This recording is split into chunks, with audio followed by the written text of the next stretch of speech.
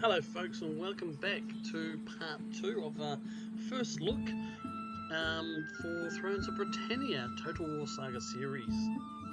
So the last time we left you, we had just pretty much gone through, completed our first mission, which was to eliminate the rebels. We've done that, had a battle. So this next part probably won't be so long, most likely won't have another battle in it, but it's just going to cover some of the other aspects I've covered as well. So most likely what you're going to see is just about the farming, the economy, and some basics like that. I again just remind you that this has only fairly been released probably about 2 weeks ago now, 1.5 weeks actually. They've released a beta patch overnight, one for testing. I haven't opted in for it yet. I may do after this here, or might just wait for the actual patch, because they've made some general observations and some of the patch notes look interesting to make the gameplay, campaign, everything a bit harder. Okay, anyway, let's get into it. So we will leave you here. We've got our men king. have trained for this. We're going to plot him. We've plotted him a course here to get back to Winchester. If you click on these arrows here, it's like most games, you can go to the next fella. And we've got this general here as well. So what we're going to do with this guy is we're going to recruit some more men. Before we do, I just want to cover some things again. Else here, obviously our gold, the gold per turn, food, war, fervor.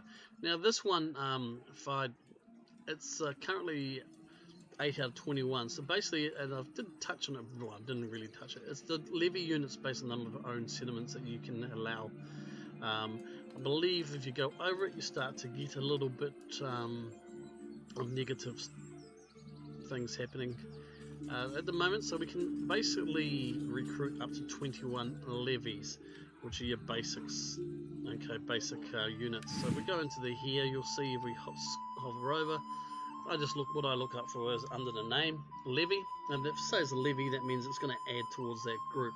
Right now we've got such a big buffer, it doesn't matter, but later on in games it may be important. But then again, as you research things, you can also upgrade as well. So let's go and recruit. See, it's 2 more. That'll give us 4.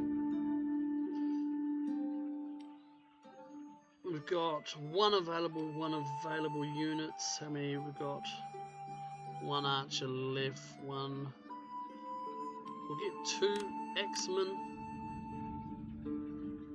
and we'll get 2 scouts. Okay, so that's going to cost us 1,170 gold and 60 food. And you'll see there that totals came off. You get a little message here that that you've recruited the units. So I usually just ignore those ones anyway. Okay. So we will zoom in, and you can see some of the graphics detail. I just love that. That doesn't work here.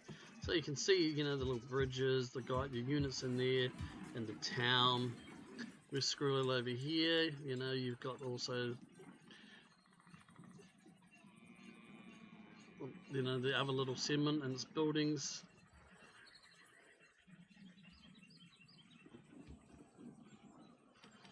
So it's pretty cool. I like the graphics on the campaign map as well, and they've got something interesting. Now apparently there's a bug that Stonehenge isn't where it's supposed to be. Where Stonehenge is supposed to be? There it is. I guess that's where it normally is. Anyway, so just an offshoot. So okay, so that's pretty much, before we end the turn, what we're going to do is we're going to look at some of our buildings. So while we're in Chippenham, why don't we have a nosy here? So you'll see here, this is the province screen, really, if you like. That's the name of the province, so it's Wiltshire. The main garrison, the main town is Chippenham, and then you've got the minor settlements. So you can zoom into these areas here by just clicking on the magnifying glass there. And if you hover over, it just tells you the name of the little town as well. So green is usually food related, industry and things that are yellow. Mining is that different colour. But main ones is food, and the red is usually your army or military type of building. So and if you hover over it, that's what we currently get from the effect. If we want to upgrade it, it will tell us it's going to cost us 150 in money per turn, $20 and minus 20 food production, but it's also going to give us one public happiness, I guess. I've just lost the name of it. Public order, apologies. And it's also going to tell you some of the other benefits there. So you can hover over any of the things and it will tell you the benefits as well. Right now I just want to concentrate on probably getting some of our food up, so we'll just build a couple of farms. We've got 1200 left, so it's probably going to do us here. Yeah. Okay. We can build a clay pit, which will help, adds 100 to the market and plus 2% industry in all regions, so adjacent to the province. So we'll do that as well. Cool, and that's pretty much it. We've got nothing else to do this turn. Let's have a look and see. I think we've pretty much, yeah, we've got all our diplomacy. How's Mercia towards us? Greetings. See if we can get this inspiration. Visit promises advantage. It shall be so. We don't really need it because you know, we'll eventually want to take them out. But right now it's pretty cool. And we just have no missions as well. So let's go and skip turns. Like I said, this is not going to be huge of an episode compared to the last, but I just want to give you a bit of a look-see as well with some of the other things.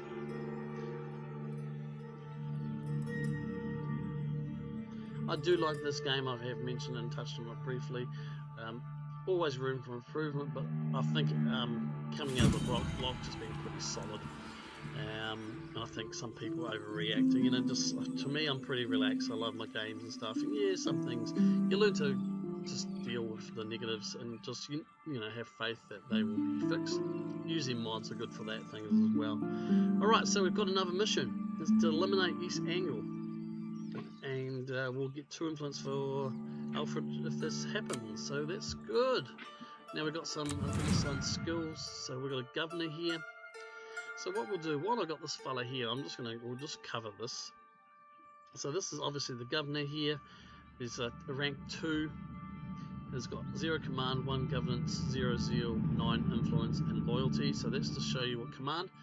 So command is a character's ability to lead troops into battle. The level is affected by the following traits: followers and officers. Okay, so at the moment it's neutral. Governance, the character's skill when governing a province. Governance level is affected by traits, followers and officers. You'll find them pretty much all are. Currently he's a level 1, so what's happening now is it's minus 3% in construction costs for the governed province, which is pretty good, and also minus 10% corruption in the governed province. Zeal is the character's resolve and motivational skill.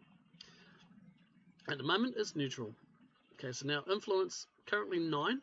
So what's making that a 9 is his base influence of 7, and then he holds estates, so that's giving him an additional 2. So influence represents a character's political power. Your faction will gain various bonuses and penalties based on the faction leader's influence. Other characters will have a loyalty penalty if they have higher influence than the faction leader. Okay, and loyalty, pretty straightforward loyalty. It's currently a 4 out of 10. Personal loyalty is 3. As an estate owner, it's added 2 as well, so that's 5. And difficulty is minus 1. I don't know what difficulty means. I think that might be the difficulty level I've chosen. Loyalty represents his character's dedication to the faction. If loyalty reaches 0, the character will defect, thereby instigating a civil war.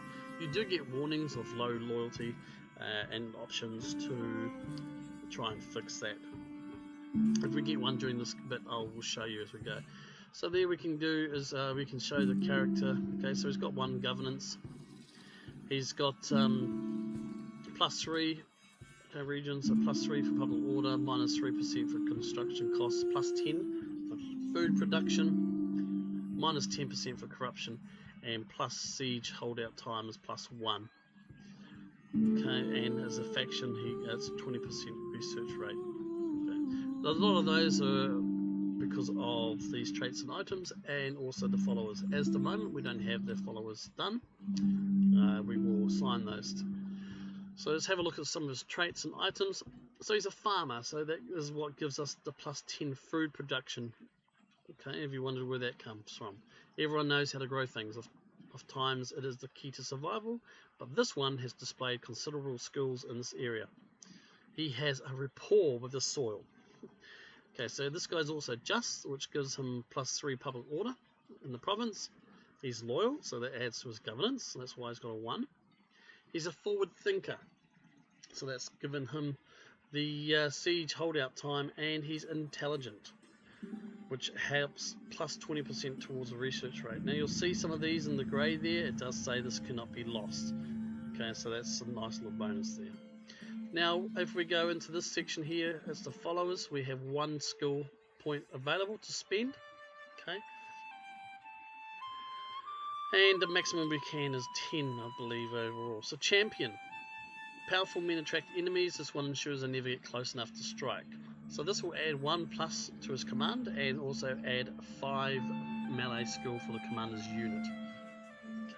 But he's not a general, so really it's not something you'll look at. Scribe. This adds +5% to the local province, and +1 to governance. Okay. We look at Bard. Everyone stops to hear the humble tunes, so this will add zeal. Okay. And as we mentioned zeal. Okay, is how a character's resolve and motivational skills. Pillager. So in a war, there is no time for niceties. This man will ruthlessly strip the area for money or goods, using violence where necessary. So what this does will add at its base level. Okay, so that's what you got to realize. Currently, it's +5% rating income if he commands an army, and -2 morale for the enemy in the local province. Did we? Yeah, Forager. We went Forager. Quartermaster. This fellow is essential. He keeps the army well fed, watered, armed, and most importantly, moving. So this adds 5% campaign movement range. A priest is good for loyalty. Adds 1 loyalty, and also -2 for local enemy province. And siege engineer as well. Holdout time. I've never really seen anyone add anything to that. So this guy is a governor. He's fairly loyal at 4, so we're going to give him the scribe. So when at the moment, it's got +5, so we'll stick on this. Now what we're going to be looking for is his governance to probably pick up here. So we look at scribe, that goes to 2. Okay. Now you'll see that it's, okay, so that's the effect. Now if you hover over the thing again, it's going to tell you what the next level is. So if you do it again, it's going to give you +10% income for the local province.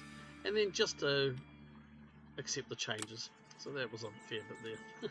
Hopefully it kind of made some sense. And again, we've got a trait now for our general. So I'm not going to cover all this. There are different ones. I'll just quickly cover what this guy's got. So he's got 4 command, 3 influence, and 5 loyalty. He's a warrior. That gives him -15% recruitment costs for sword and axe inventory. Skillful adds 1 melee skill for all units in his commanded army. He's funny, so adds morale for the commander's unit. Iron Fist +2 command and -1 governance. So you don't want him governing really. And an arbitrator, so -10% recruitment cost for all units. So you can tell he's well suited for it as a general, and he's already at 4. So we're going to give him a quartermaster skill. Okay, let's take. Let's just reset that. Yep, we'll give him the quartermaster skill, which will give him the additional 5% campaign movement speed.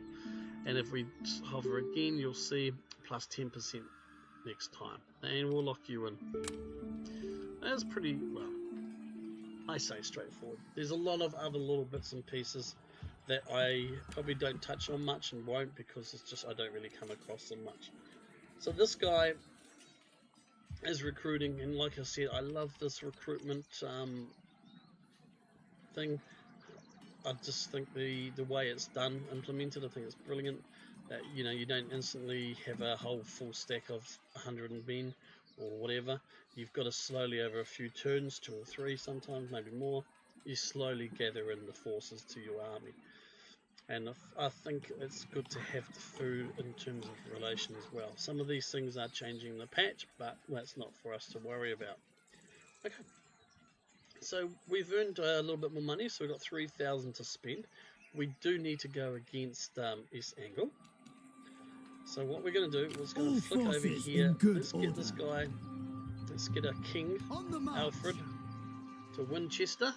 So it's still going to be a while before we can recruit anything into him. The men are ready to serve. Okay, so what's the pool looking like?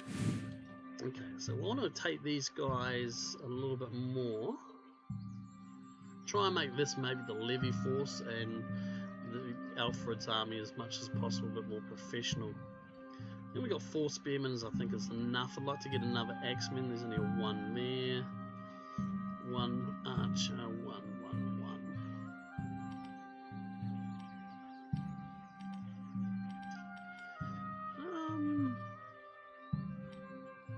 We'll get the axeman. That'll give me 12. We'll just get the 1 guy for now. It doesn't make sense, but I also want to look at some money into the industry. Chippenham's pretty good. Down here, let's see what we can do here. This had a trade port, so if we upgrade this for 2,700, it'll take 8 turns. That's the coinage there, and that's the turn marker. So this will give us plus 8% trade faction-wide. It's going to also add 20% fur production from all hunting villages in this province, and plus 10% market for all regions in adjacent province. So we will take that. Nice. Okay, and that's pretty much use our money. So there's a lot of this, you know, just in turn. That's just what it is. So let's have a look here. How much more do we need to? So again, 3, 2, 10. Okay, so we're away from being able to start any research yet, but that will change as well. We'll go through to see who else we can maybe get in as a bit of friendship. What do you guys like towards us? Neutral attitude. They may take a declaration. I may be open to persuasion. Intriguing. We have considered it. I'm not going to give them money, so we'll just take that away. They're neutral. Okay, let's see. Approach then, and let us negotiate. Sufficient? Yep. You cool. have our assent. How's powers looking towards us? You have my hospitality and my Sufficient? ear. Excellent. It is agreed. And let's try. Oh, I don't think Godwin will do it. We'll try. Let us it's pretty obvious it's going to be a no. Insulting. Yes, there's no point. Okay, that's enough for that turn.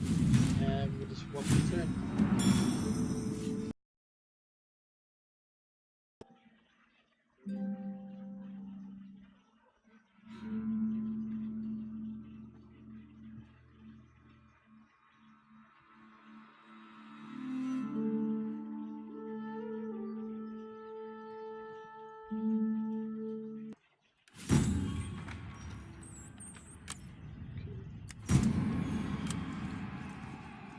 Nothing else for us to worry about.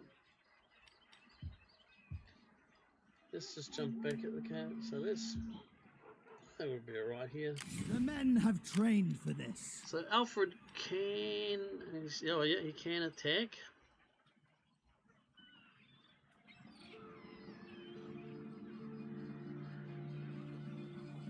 So let's have Alfred go there, and he'll. We're not war. Okay, eliminate these.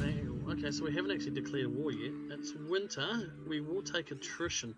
So I'm going to wait 1 more turn. So he won't take attrition there because he's in his own territory. He will.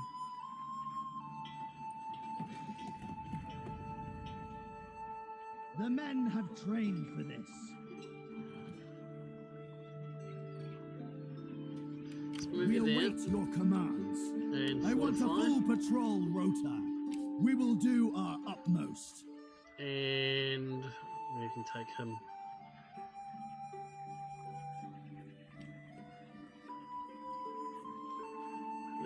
Yeah, he's going to really suffer.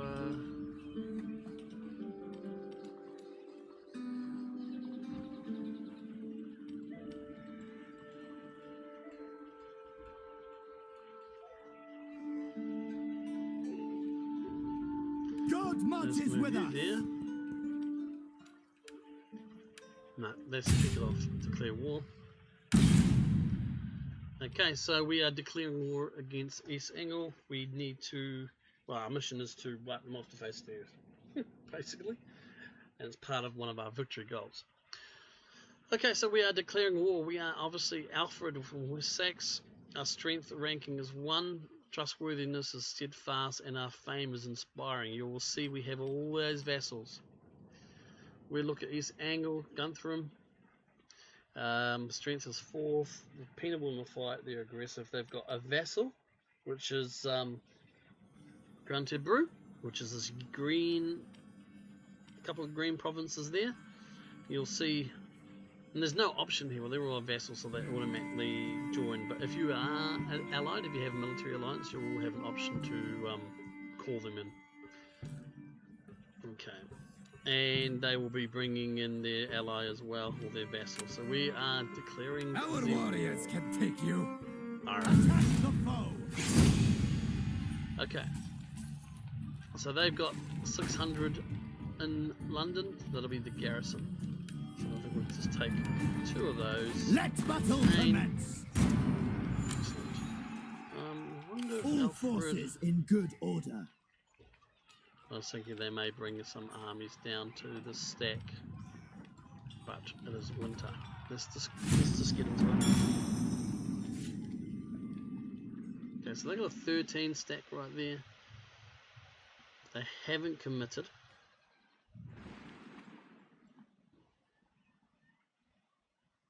So you'll slowly see our vassals bring in troops. Not all of them, some of them. Depends on the relationship with us, really.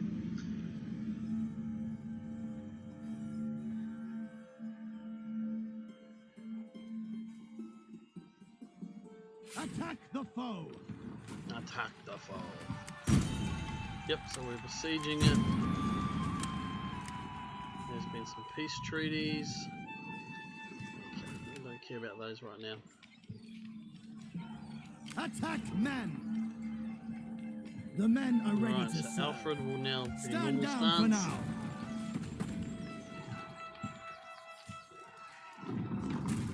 And he's going to come and join the fight. Moving up. He'll be basically back up. Glory awaits us. And let's just get into this fight and let's just siege them down, shall we? Let battle commence. Alright, so you'll see now we've got reinforcements here of 872. That's Alfred's army. Okay, and I can took that, I can control the large army or not. AI will control. My understanding is AI. Yeah. So maximum 20 units can be deployed. This will allow up to 40, so you can actually deploy or you can actually use both armies. I don't think we will, because this is only a small army. I think we outnumber them anyway. So, yep, we'll just take it on. We've got 2 towers and 1 ram. So we are heavy favourites. Normally I'd auto-resolve this because the odds are just so in our favour, but for your benefit, let's get into it.